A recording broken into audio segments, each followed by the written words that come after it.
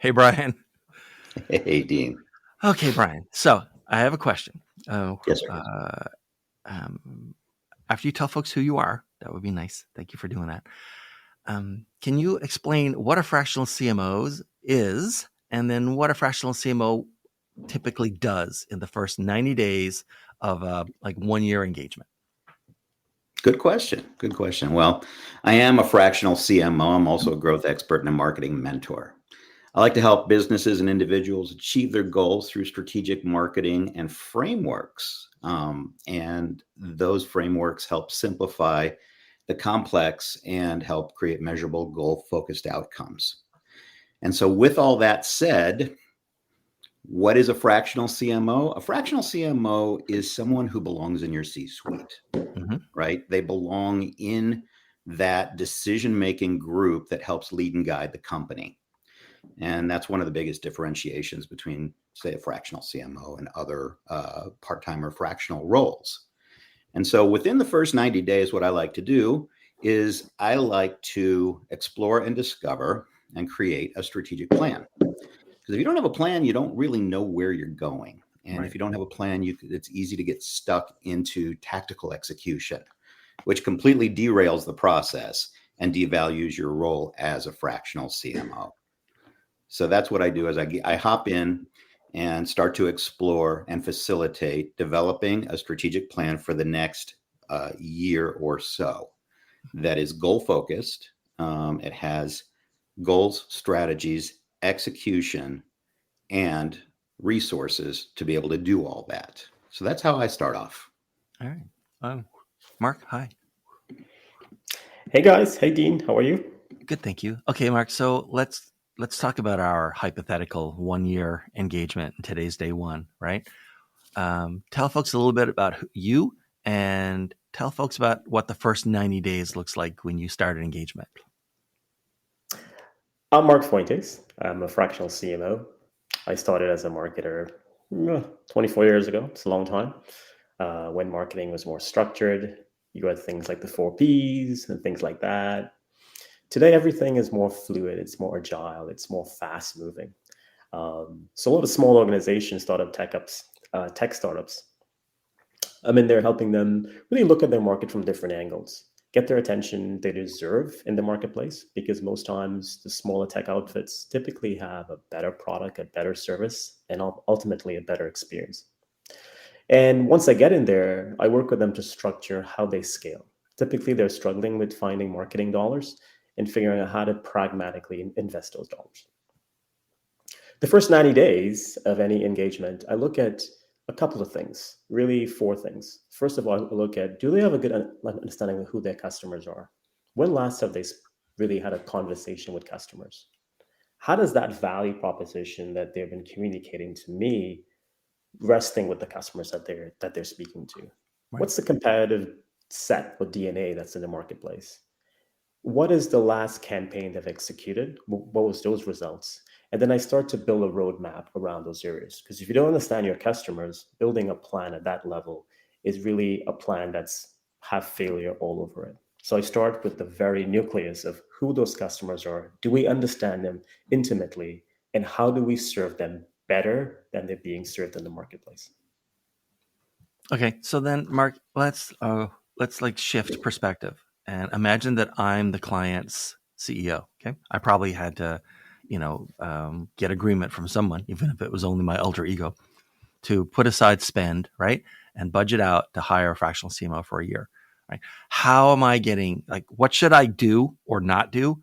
Because so that I can squeeze every last cent of value out of that fractional CMO in the 12 months that I've signed up for.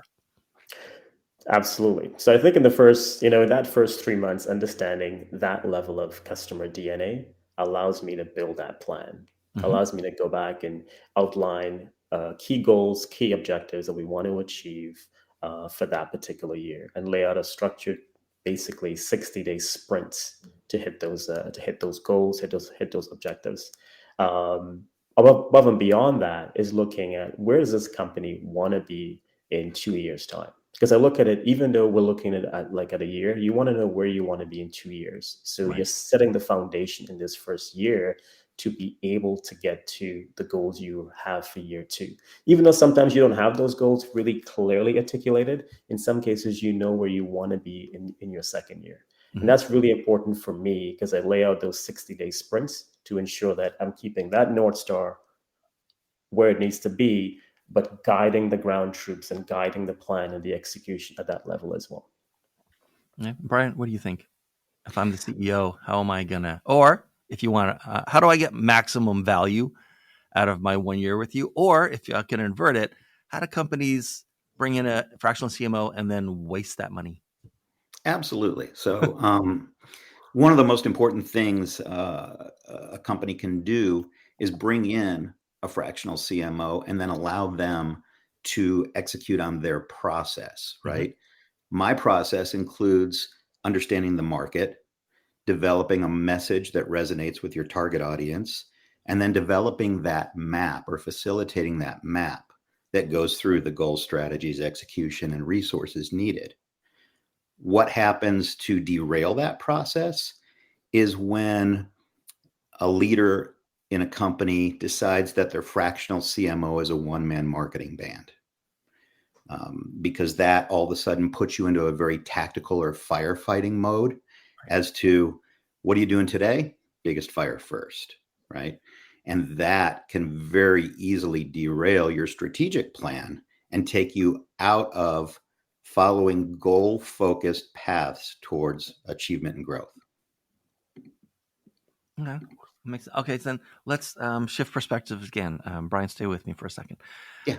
And okay, so there's a marketing team, let's say, in this company, right? This is mostly probably junior and mid-level folks, maybe someone who's like ostensibly a manager, right? But no one at the leadership role, no one at like the leadership level, CMO kind of. If I'm looking at my marketing team, I'm the CEO, say, and I'm looking at my marketing department, and today's day one of bringing in a fractional CMO. Like, what should my marketing team? How should it be different at the end of, let's say, 12 months? Like, how is it better or how is it different than it was the day before you showed up? That's one of my favorite scenarios to be put into. I love growing people in teams, and especially marketing people who tend to get stuck in the firefighting role, right? I come into the office today and I have to do this tactical execution. I have to do that tactical execution. The challenge is they don't get a chance to grow themselves and their careers and their opportunity to provide better value for their company if they're stuck in tactical execution all the time. The other challenge to that is the fact that they don't have the guidance to learn to become more strategic.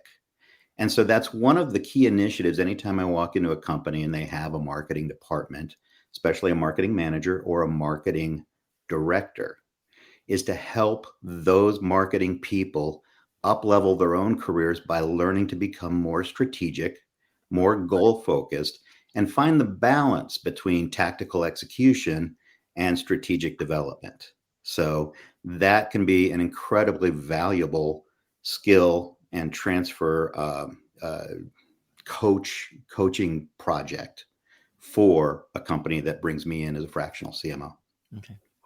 And Marc, what do you think? Like, how will, once the fractional CMO is brought in, how will the marketing team, the marketing department, be different at the end of that fractional CMO's engagement than they were the day before it started? Yeah, I think just a simple mantra of values for myself is, leaving a place better than you found it. And I think based on that sort of principle, I typically look at areas that you can help the marketing team start to ask better questions. By asking better questions, they start to get the voice of the organization and the ears too as well. Because typically, marketing is that function that they tend to only get the accolades by seeing activity and quantity in the marketplace. And that seems to be your marketing is doing a good job. And typically that's the wrong way of measuring marketing. And that's something that needs to change. So the ability is, how do you get those new marketing folks that you've just inherited as a fractional CMO to ask better questions, to start looking at the business from a different lens. I talk about working in the business and working on the business, and there's Right. two different scenarios. And I try to get marketers to work really on the business more, so that when they're grabbing the attention of their leaders, they can say, hey, that person is asking different questions of the business, and it's probably the time to elevate that person again into another role to help push the business further along. The second piece I'll add to that, Dean, is I also open up my network based on meeting these marketing people, where I think their careers want to be by having that conversation. Where do you want to be in a year, 2 years? And open up my network to different people that I think can help them and guide them as well. And there's certain areas that in my marketing background that I may not have the depth of knowledge, but I do know people in my network that can offer that path to the marketing director or marketing manager. So I think it's a combination of really using your network, combination of understanding where these people want to be and getting them to think more about the business rather than just, I need to execute this email, execute this plan. We need to do those things. We need to be asking further questions around the business. How does it grow? How is unit economics changing? What can I change? And how can I drive this change across the business? Not as a marketer, but as a business person. I think that changes the marketing person into a business person, and that's Right. important. All right, so let's talk about a person. So imagine that your mom comes to you and says, hey, my friend's kid just started their first marketing job, full-time job out of college, okay? And that company just brought in a fractional CMO. Do you have any advice on what my friend's kid should do or try to learn or whatever in the year that they're going to have some exposure to someone like that fractional CMO? So like, Mark, what do you think? How would you advise that kid? I think a couple of things you want to ask. You want to ask that fractional CMO, how do they think about strategy? What are the frameworks they use to understand a market? How do they actually look at the connection between marketing and sales? How does that business truly allow that next level to be unpacked? The next question I would ask this individual to ask of the fractional CMO is, tell me why you've made the move to a fractional CMO. What was the driving force in your own career? Because you would have been a full-time person like me at some point in time. What was that driving force to move you into the fractional world? I think the last piece too, as well, is really important that I got asked a question recently is kind of why marketing on the whole, right? And I think that's an important distinction, because most people think marketing is advertising and websites, and that is not marketing. Marketing is about understanding customers, creating value, delivering value, and managing value. And if you can do that framework with a fractional CMO around those 4 questions, how do you understand customers? How do you create value? How do you manage value? How do you deliver value? I think those are the things I would ask. I would make sure that individual is asking the new fractional CMO. Brian, I want to ask that question slightly differently. I like throwing you these curveballs, okay? So let's get all Star Trek-y. There's been something weird in the timeline, and all of a sudden, there's another Brian. But that dude is 24, just got his first marketing job at a marketing team, and you're also the fractional CMO. What do you go to younger Brian and say, look, man, like, I know how some of this is going to play out. So, like, here's what I think you should be doing with your life at the start of your marketing career. By the way, I asked this question last week, and the person answered with, "This same thing just happened to me," and they were talking about it, and I said, "What?" And it turns out they weren't making. It turns out the timeline was just fine. It's that they were talking about the other thing. So just so we're clear, the timeline's fine. But like, what would you have told, or what would you tell young Brian today if you were face to face with young Brian, younger Brian? Because you're only like 30, I can tell. So. Thanks, Dean. I appreciate that. $20 in the mail heading your way. Thank you. I think one of the most important things I would tell a younger version who wants to get into marketing and leadership and helping shape and grow businesses would be to grab onto your mentors, right? Identify people who are doing what you want to be doing down the road, or people who are exceptional, and grab onto them as mentors and coaches. I had some great mentors and coaches when I was young and starting off my career. It helped shape my career, helped me shift paths appropriately. But I learned a lot from them, right? And you ask the simple questions. How do you do what you do, right? And while that seems like a very simple question to ask, it can be a much harder question to answer because a lot of times we get into this and we grow through our experiences and through our expertise, and we don't stop to think about how we do what we do. But by doing that, essentially you can create frameworks that you can then help coach and mentor other marketers by giving them a framework to start or their foundations, build their foundations, and grow their own careers with. And so I think that's really an essential move, is to help really pick the brains of people who can be coaches and mentors for you. And Marc, what do you think? Actually, Brian, I have one more question I want to hit you with, and then I'm going to ask Marc the same question. And I'm not trying to be rude, but I mean, there are easier ways to make a living, right? Come on. Why do this job? Like, why do this job? Why? For me, Yeah, for you. I'm a fractional CMO because I focus my business on SMBs. I think Right. that's where I can make the biggest impact, right? And I think that's where I can build the best relationships. And that's where my work makes a difference, not only for the companies, but also for the Right. people and the teams within the companies. And I was a high school teacher. I taught at the university level at one point, and that is truly who I am and what I do. I'm a marketing mentor. Right. And at this point in my career, I get a lot of satisfaction out of helping grow other people's careers in marketing, show them the paths, help them with the shortcuts, and get them to move in the direction that's going to make a better life for them and better outcomes for the company they work with. So they're your people. They're my people. Right. And Marc, how about you? Like, why do this? Why? Yeah, I think you get a chance to choose who you work with. Having been and choose who you want to work with. I think having been in the marketing field for over 20 years, there's some things you can go back and, you can look back and say, hey, that may not be some of the right movements back then.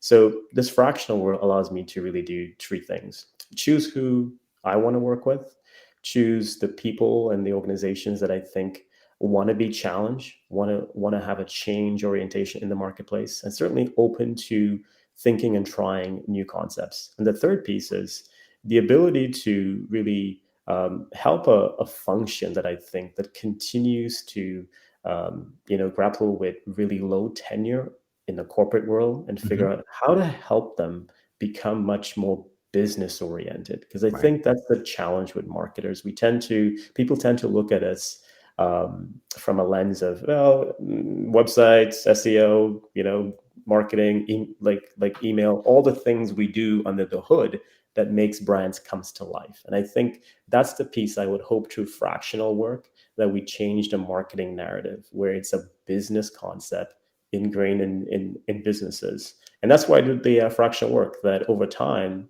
us all fractionals can help that movement. Yeah. So, Marc, both you guys actually, like, thanks very much. I really appreciate this being here today. Marc, who should contact you and how should they do it? Yeah, when I'm not helping friends and families and fractional people, certainly my area is really tech startups and tech scale ups, organizations that are just coming on, looking for product market fit, or looking for go to market fit. Anyone that's probably below 5 million in ARR, those are the people that I like to help scale. I operate within North America, and certainly have one client outside of North America. You can reach me on LinkedIn. I'm always there. I'm always hopping on. I'm always commenting, and looking forward to connecting with you. And if there's a problem you're looking at, a challenge you want to explore, I'm happy to have a 15-minute discovery call. Cool. And Brian? Yeah, any SMB, B2B focused service business between 2 and 20 million That's my sweet spot. Right. And especially, I'm starting a new program now for those marketing managers, marketing directors, and even marketing VPs who are in situations where they've advanced their careers, but they they feel stuck. They don't have the foundations, they don't have the frameworks. And so that's kind of a separate thing. And like I said, because they're my people, that's They're your people. where I'm putting a lot of focus now, is to helping grow those people for not only their own careers, but also for adding more value and changing what marketing is for Right. their companies. So that's all available at thevaluecmo.com. All right, guys, thank you, both of you, so much for being here today. This has been fantastic. Thanks for watching. You're probably watching this on a clip if the stats show anything, but like, thanks for watching, and we'll see you next time. Bye, Mark. Bye, Brian, and see you later, everyone. Thank you, Dean. Thank you, Dean.